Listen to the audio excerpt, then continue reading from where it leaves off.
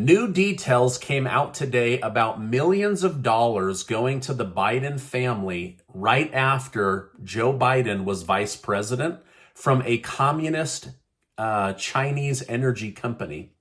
The conflict between Russia and the United States is intensifying, plus an intense back and forth yelling match took place in the Senate today between senators and Janet Yellen over increasing Social Security benefits.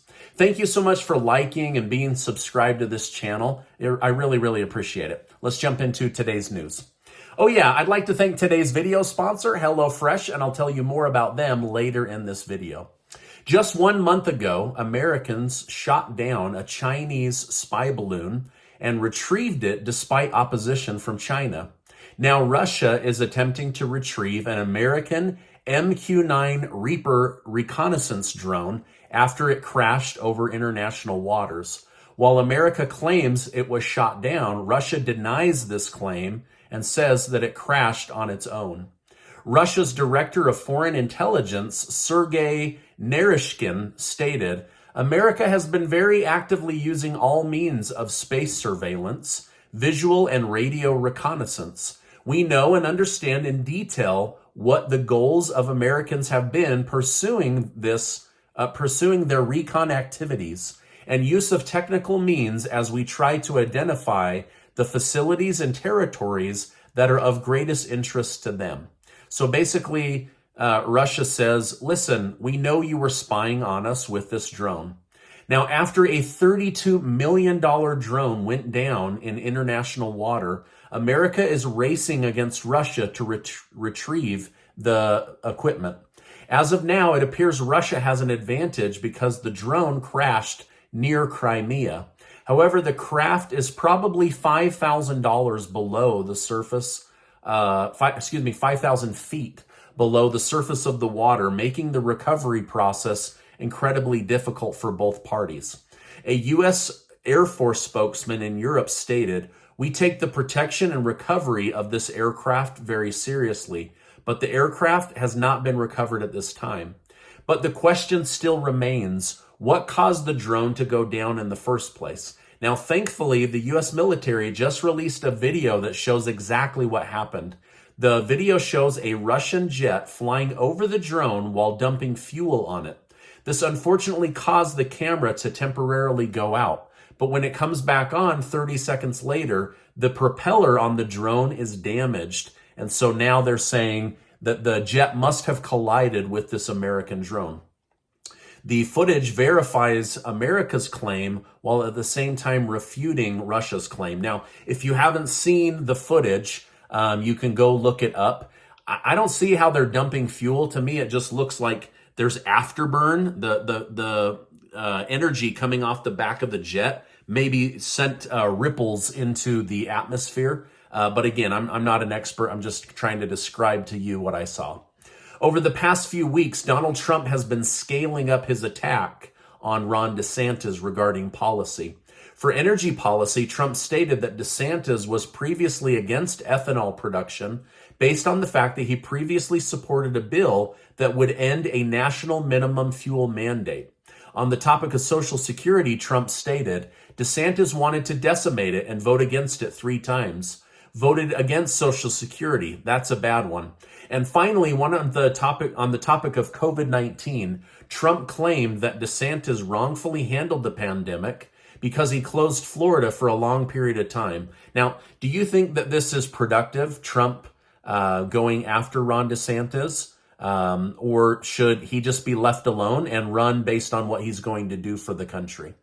While DeSantis is receiving a beatdown, House Speaker Kevin McCarthy has received praise from the former president for releasing the January 6 tapes to show that there is a different side to the Capitol breach story. Trump stated, "I think it's fantastic, the thing he did. I think it's a brave thing he did. I think it's one of the most consequential acts he's done as a politician, and everybody is very happy with him. He's doing a wonderful job as speaker."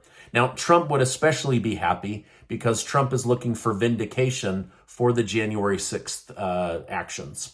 All right, now I have some absolutely crazy news about President Joe Biden and his family and millions of dollars that were received. But first, let me take 1 minute to tell you about today's video sponsor.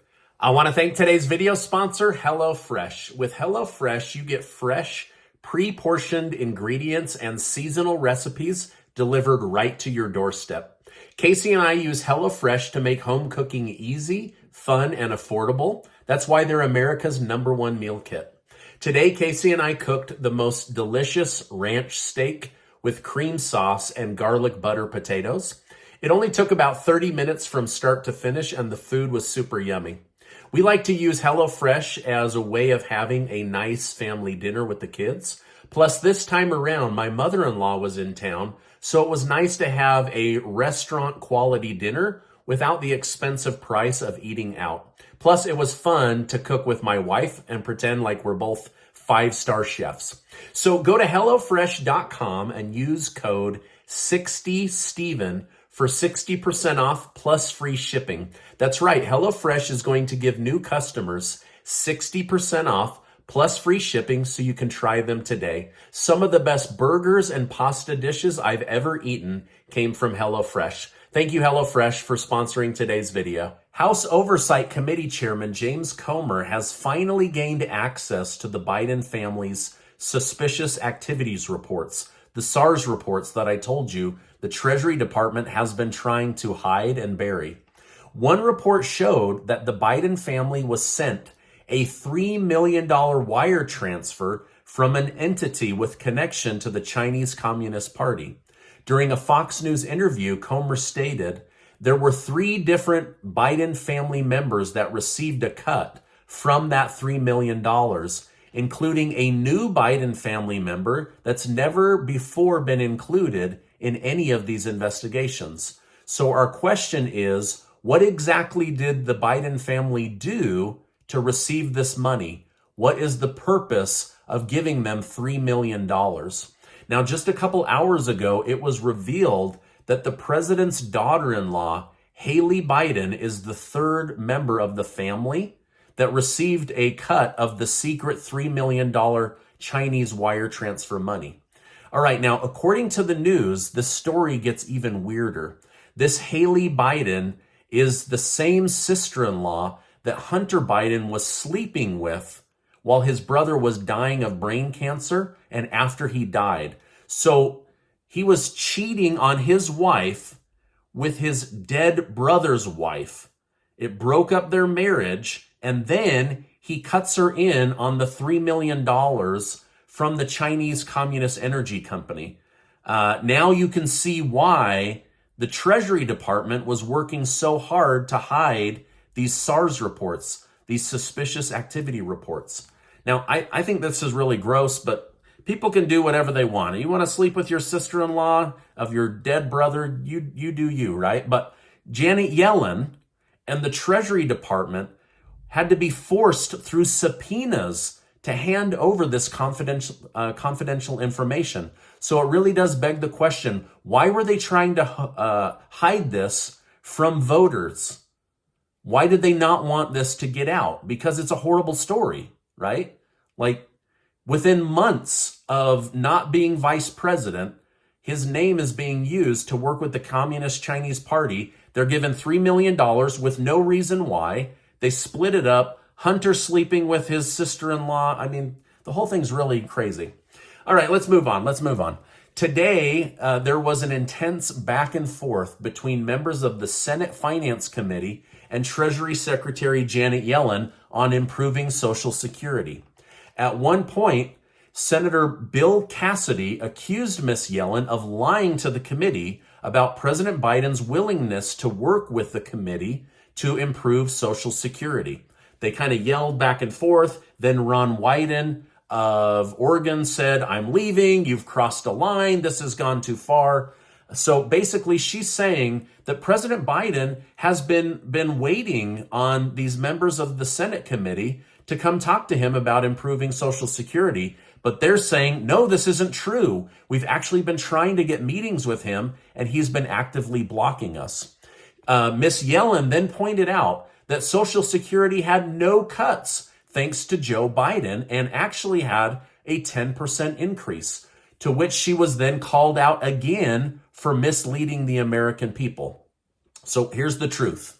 There were no cuts to the Social Security program, but nobody was trying to make any cuts. So they're basically giving Joe Biden credit for something that nobody was trying to do. Then on top of that, there isn't going to be a 10% increase to American seniors. It's the people that work for the Social Security Administration that are getting a 10% increase. So, but the way that they're telling the media is as if the American people got a 10% raise and it was because of Joe Biden, but this is not the situation. And so because of this, there was like an arguing match in this Senate Finance Committee hearing today. Poland has announced that it will give Ukraine 4 MiG fighter jets on the same day the United States announced that they will give Ukraine no fighter jets. Now, the other day I told you how the CEO of Silicon Valley Bank sold $4 million worth of stock. Well, today it was revealed that the other failing bank, First Republic Bank, disclosed to the FDIC that just a couple weeks ago, their executive team sold $12 million worth of this stock because they knew that once it was discovered that they were failing, the stock would become worthless. So now the government and the shareholders are saying, we're coming for that $12 million. You stole our money. Okay, now Americans have shifted over $15 billion worth of deposits away from small banks over into large banks like JP Morgan Chase and Bank of America in hopes of better protection in case the banking industry implodes. Now, it was learned today that just before the FTX crypto platform imploded, Sam Bankman-Fried took $2.2 billion of stolen investor money and tried to hide it in a personal bank account. His co-workers collectively stole another $1 billion.